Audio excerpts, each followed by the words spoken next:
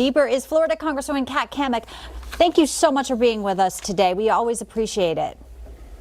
Hey, glad to be with you. Thank you. You know, it's unbelievable. We're seeing these videos here of record numbers, Kat. And, you know, we know that Christmas is around the corner. There's children here. There's a humanitarian part to all of this. Still, Title 42 put in place by Trump was supposed to help with the COVID surge, as we know as well. What do you make of what appears to be no plan in place to deal with what could be a potentially huge surge?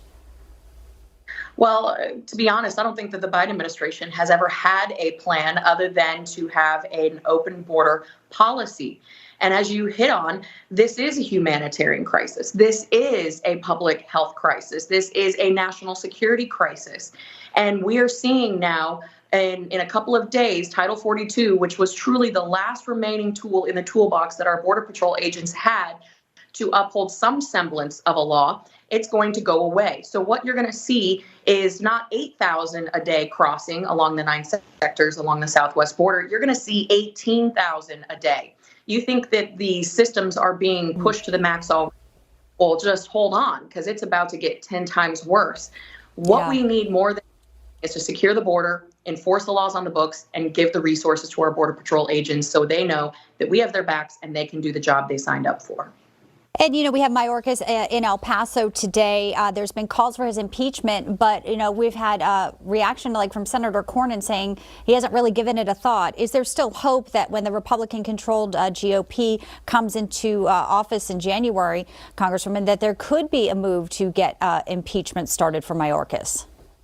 Absolutely. Listen, I was just in El Paso a few weeks ago, and since Alejandro Mayorkas is there, boots on the ground today, I hope he goes and sees the 12 miles of border that is completely wide open, a single agent on the line. And if he doesn't see that, if he doesn't go to that area, I need him to answer why.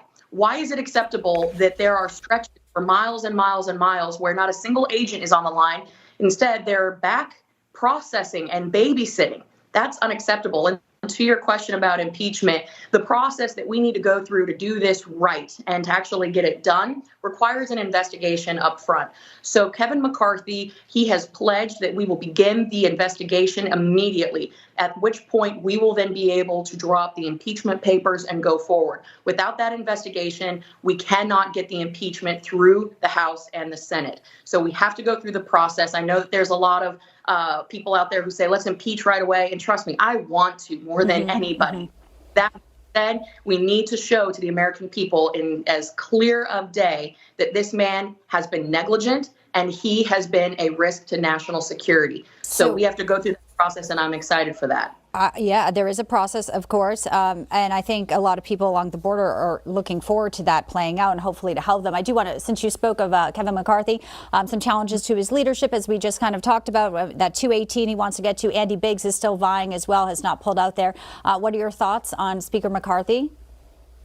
Our greatest weapon against this liberal progressive agenda is unity. And so while we are having some really tough family discussions, I'm encouraged. I think we're seeing a process change here in Washington, D.C., critical rules that have been needed to be modified for a long time to give more voices to conservative bases within the Republican Party. I have no doubt that come January 3rd, Kevin McCarthy will have the votes, and I do believe that he will be Speaker come January 3rd. And finally, Congresswoman, you want to pivot a little bit to a story that's been capturing our attention. Sam Brinton, the non-binary Biden administration, first accused of taking a bag in Minnesota from a woman when he had not checked any luggage, now charged in connection in Las Vegas with a similar crime. Again, a bag that he is now seen on video holding. Again, these are just allegations, but he's no longer with the Department of Energy. They made so much about his hire, checking a lot of boxes here. What do you make of now his departure and the silence from the administration on these alleged crimes? Absolutely insane that this person was hired and then granted a security clearance in the first place.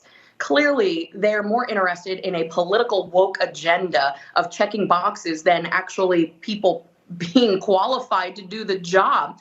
Anyone who is parading around, stealing luggage and committing crimes certainly should not have a security clearance. So this termination was long overdue.